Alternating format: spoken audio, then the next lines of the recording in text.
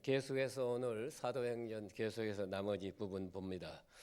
오늘 본문에는요, 안디옥 교회가 예수를 친히 말씀하신 대로 예루살렘과 유대와 사마리아와 땅끝까지 이르러 복음이 전파되는 그런 아주 세계적인 복음이 전파되는 그런 계기를 여기서 말씀해 주고 있습니다.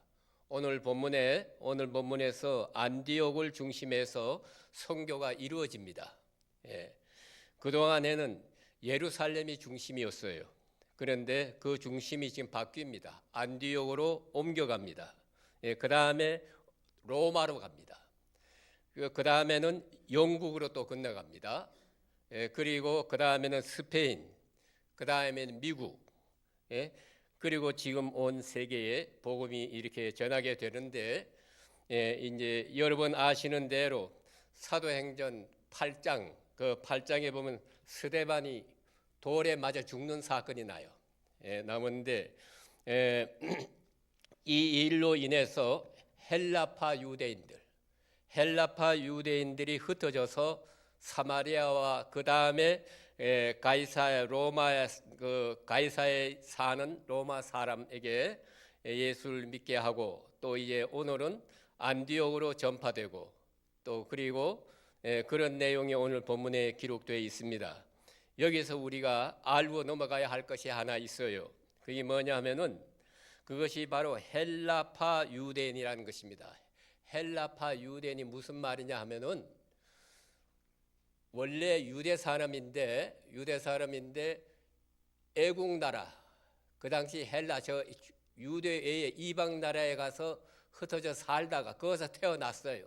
거기서 많이 자라다가 어느 시기에 돼 가지고 자기 고향으로 예루살렘으로 돌아온 사람들이 있어요. 그 사람들을 가지고 헬라파 유대인이라 이렇게 말합니다. 지금 예루살렘 땅에 이 사람들이 살지만은 이방 땅에서 태어났다 그 말이에요. 태어난 사람들인데, 그런 거로 이 사람들은 헬라 말 잘하게 생겼잖아요. 헬라 말을 물론 잘하고 세계화된 사람이라 이렇게 말할 수가 있어요. 그러니까 유대 전통적인 신앙을 다 가지고 있고, 유대 신앙도 가지고 있고, 동시에 헬라 문화, 이 세계 그 문명에 대해서 아주 익숙한 그런 사람들입니다. 그러니까 아주 지성인이지요. 그래서 이 사람들이 예수를 믿습니다.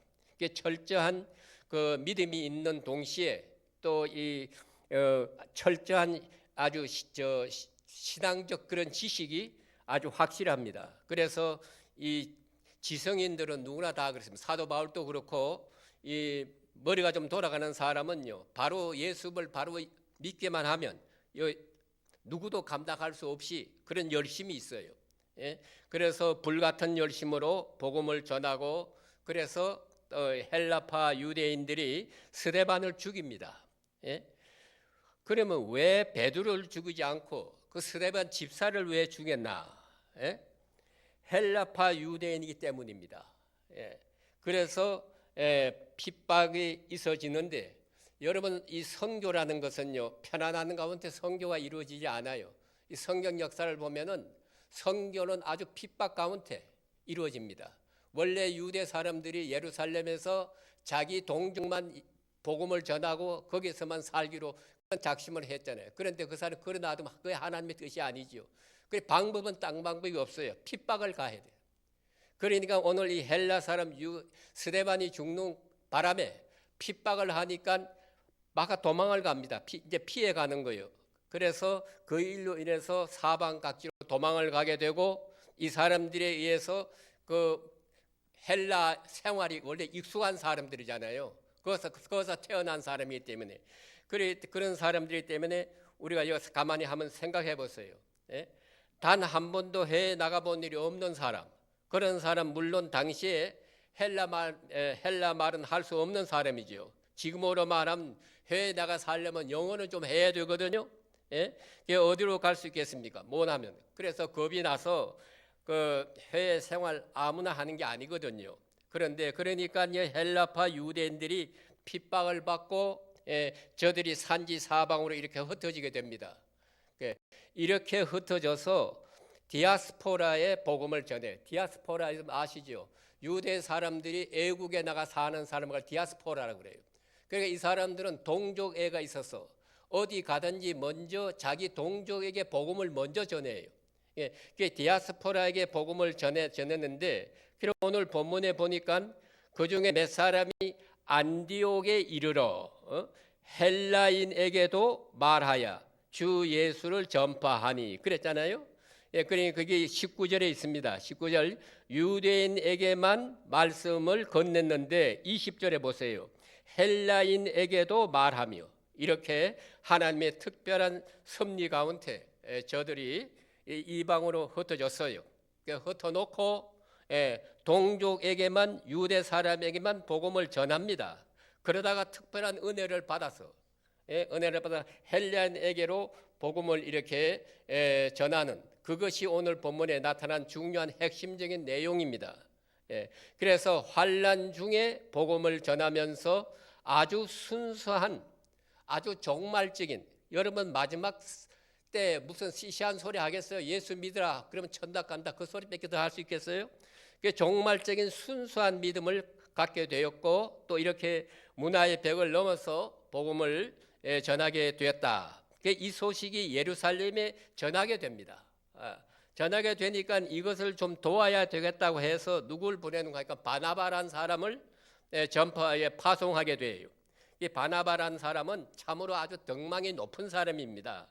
그를 통해서 이방인을 향한 그런 선교사에게 귀주가 아니라 기틀을 마련하게 돼요. 그래서 먼저 안디옥을 생각하게 됩니다. 안디옥은요, 그 당시에 제3의 국제 도시 이렇게 말합니다. 그 당시에 제일 큰 도시가 로마예요. 로마고 그 다음에 알렉산드리아라, 그게 두 번째 큰 도시고, 다음 세 번째 큰 도시가 안디옥입니다. 그러니까 23절에 보면 이런 말씀이 있습니다. 그가 이르되 하나님의 은혜를 보고 기뻐하여 모든 사람에게 굳건한 마음으로 주와 함께 머물러 있으라. 그렇게 구원했어요. 은혜가 있었다. 그는 누굽니까? 바나바입니다. 그러니까 어디로 가나 덕망이 높은 사람이에요.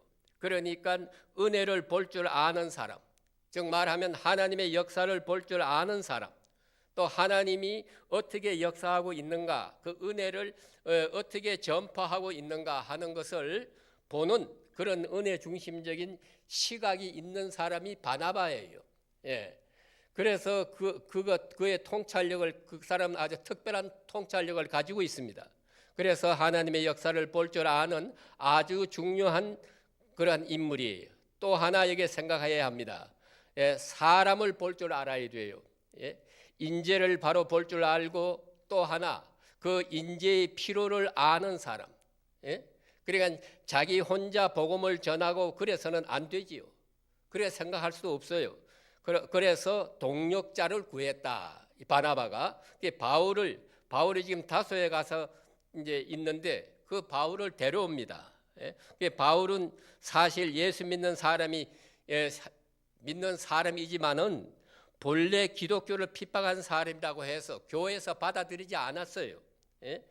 그러니까 다들 꺼려합니다. 두려워하고. 그러나 이 바나바는 아니에요. 그에게 은혜를 보았기 때문에 하나님께서 그를 구원하셨고, 또 예수께서 그에게 나타나셨다 하는 사실을 바나바는 믿고 있었습니다. 그런 거로 과거를 보지 않고 또한 인간됨을 본 것이 아닙니다. 하나님의 은혜를 보고 하나님의 부르심을 보았어요. 그래서 지금 바울은 고향으로 돌아가 있었는데 길리기아 다소에까지 가서 이 사도 바울을 안디옥으로 데리고 옵니다. 그 데리고 와서 자기가 그를 도와줘요. 바나바가. 이래서 사울이 마음대로 사역하게 되는 것이었지요. 그래서 바나바는 아주 협력자가 되고, 또 어찌면은 이렇게 생각할 수가 있습니다. 바나바 같은 사람이 만약에 없었다라면은 사도 바울도 없었을 것이다. 그냥 그 다소에서 머물러 그만 거기서 쏟고 말았을지도 몰라요. 그렇게 생각도 듭니다. 그런데 이 안디옥에서 1년 동안 함께 역사했어요. 데리고 와서. 그 심지어는 제1차 전도 여행을 다닐 때도 같이 동행을 했습니다. 바나바하고 바울하고 같이 다니면서 복음을 전하게 됩니다. 그만큼 그는 인재를 아주 소중히 여기고 그리고 자기의 권위로 바울을 감싸주고 바울을 아주 높여주었어요. 예? 이제 바울은 과거로부터 벗어나서 마음껏 일을 할 수가 있었습니다. 예, 그 바나바가 아주 보증해주고 그 뒤에서 아주 밀어주니까 사도 바울은 아주 거침없이 선교 역사를 잘 감당하게 됐다 하는 그런 말씀이에요. 예, 그래서 바울은 아주 유명해졌고 그만큼 바울은 바나바의 사랑을 많이 받았고 또 그리고 신세를 졌다고 이렇게 볼 수가 있겠지요. 후원자로서 큰 역사를 이룬 사람입니다. 위대한 사람이죠. 이것을 바나바가 뒤에서 밀어주고 또 열어주고 그래서 큰 역사를 이루게 했다 하는 것입니다. 이럴 듯이 뒤에서 후원해주는 사람이 꼭 있어야 한다는 걸 잊지 말아야 돼요. 이 복음은 혼자 못 전합니다. 언젠가 뒤에서 후원해주는 사람이 있어야 마음껏 선교도 할 수가 있는 것이지. 그리고 오늘 본문에 대단히 중요한 말씀이 하나 있어요. 그 26절 보세요. 제자들이 안디옥에서 비로소 그리스도인이라 일컬음을 받게 되더라. 이 크리스찬, 크리스찬 말을 여기서 듭니다. 그리스도에게 크리스찬이 뭐냐? 그리스도에 속한 사람. 그러나 의미로 더 중요한 것이 의미가 있습니다. 이 말의 뜻은요, 그리스도에게 속했을 뿐만 아니라 그리스도 밖에 모르는 그런 사람이라 하는 그런 뜻이에요. 그래 그리스도를 위해서 생명을 바치는 사람들이다. 그래 다시 말하면은 그에게 미친 사람, 그리스도에게 미친 사람이라는 그런 뜻입니다. 그래서 맨 처음에는 크리스찬이라는 이 말은 복으로 주어진 말이 아닙니다. 저 사람들은 예수밖에 몰라. 예수에게 미친 사람들이야. 예수당이야. 막 그런 뜻으로 주어진 이름이 크리스찬이었어요. 여러분 사람이라는 것은요 여러 가지 지식에 의해서 혹은 기술에 의해서 또 능력에 의해서 자기가 가지고 있는 소유에 의해서 평가될 수도 있지만은 그런 평가보다 가장 중요한 것이 소속이 문제예요. 소속. 여러분들 명함 같은 거 주면 그 명함 이름을 알기 위해서 명함 주는 게 아니잖아요. 내가 이러한 소속입니다. 내가 아무교회 회장입니다. 내가 아무 학교의 교수입니다. 그게 명함이 아닙니까? 그런 의미에서 나란 존재는 없어져요. 나란 존 이름은 없어지고 소속만이 있는 겁니다. 그래서 그리스도인은 누굽니까? 이렇게 질문했을 때 그리스도에게 속한 사람, 거기에 운명을 건 사람, 이게 바로 그리스도인이고 크리스찬이라 하는 말씀이에요. 우리도 이 이름을 예수 이름을 전하고 또 예수 이름으로 죽고 우리는 이제 예수에게 붙들린 몸이에요. 이제 소식 우리는 예수께 속했어. 이제 사나 죽으나 우리는 주의 것이에요. 거기다 온 우리가 운명을 다 걸고 이제는 죽도록 충성하는 일밖에 없어요.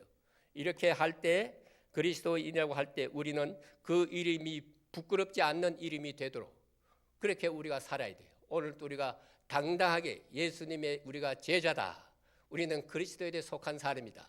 우리 주님 위해 살고 죽는 그런 운명을 같이 하는 우리 사람이다. 이런 자부심을 가지고 오늘 또 살아갈 수 있는 그런 저와 여러분이 되시기를 주의 이름으로 축원합니다. 기도드리겠습니다. 서성훈 우리 집사님께서 11조 드렸습니다. 하나님 아버지, 오늘 또 이렇게 우중에 여러 가지 거친 일들이 많이 있지만 그래도 주님 앞에 나올 수 있도록 은혜 주심을 감사합니다. 주님 앞에 나와 찬송하며 기도하며 하나님 말씀에 귀를 기울이는 이 같은 복된 아침을 우리에게 허락해 주심을 감사합니다. 아버지 하나님, 우리의 기도가 하나가 되어서 하나님의 뜻이 하늘에서 이루어진 것 같이 이 아침 기도하는 이 모든 사람을 통해서 이 땅에 이루어지기를 간절히 원합니다.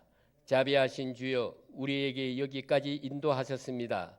남은 생도 인도하시되 살든지 죽든지 성공하든지 실패하든지 건강하든지 병들든지 어떤 형편에 있든지 간에 주님이 옳은 대로 인도하시고 또한 우리는 주님의 뜻을 받아들이고 그리고 모든 환난 역경을 통해서 하나님의 의미한 뜻이 이 땅에 이루어지기를 기도합니다. 주여, 나의 나됨을 주님께서 알고 계십니다. 어떻게 해야 겸손할 수 있을런지 그 길을 인도해 주시고 어떻게 해야 가벼운 마음으로 주님을 살아 섬길 수 있는지를 우리가 배웠습니다.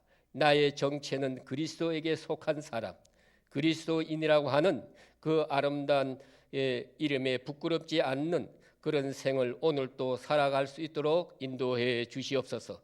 오늘 주말을 맞이했습니다. 내일을 또 잘 주일을 섬기는 귀한 준비가 있게 하시고 또 그간 우리 한 주간도 하나님 온 성도들 지켜주시되 특별히 어렵고 어려운 고난에 처해 있는 신명들 믿음이 연약해지지 않도록 도와주시고 이런 기회를 통해서 더욱 믿음이 확실히 주 앞에 나타나는 그러한 귀한 심령들이 되도록 주여 복을 내려 주시옵소서.